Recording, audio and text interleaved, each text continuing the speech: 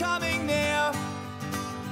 I Still Believe is a song that came together after a trip to China because I did a DIY sort of underground tour there in summer 2010. I was sort of headlining a show in Beijing and the support band was a local Chinese punk band, and sort of if you wrote down what they were doing on paper, it would sound like a boring kind of sort of slightly sub-Libertines band playing in Camden, and you wouldn't give a shit if it was in Camden. But they had so much fire in their bellies because they just figured out that if you play this chord and that chord and that chord and play it really fast and shout, then it sounds amazing.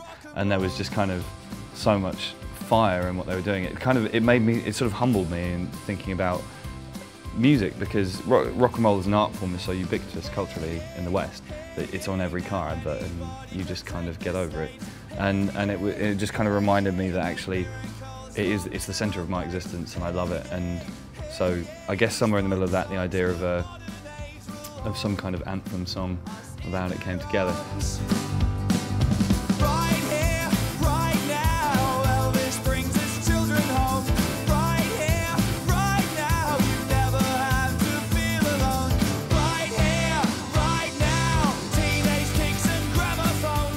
I always think that one of the most important things about any song is the first line.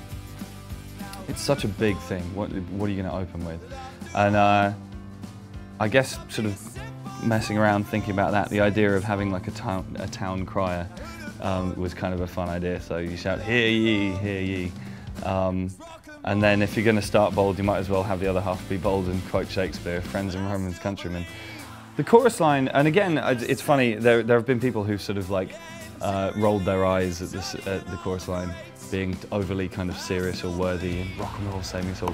It's tongue-in-cheek to a degree, and I don't really think that rock and roll is saving the world particularly, but it certainly makes my life a better and more interesting place to be, and is worthy of a 3.5-minute celebration.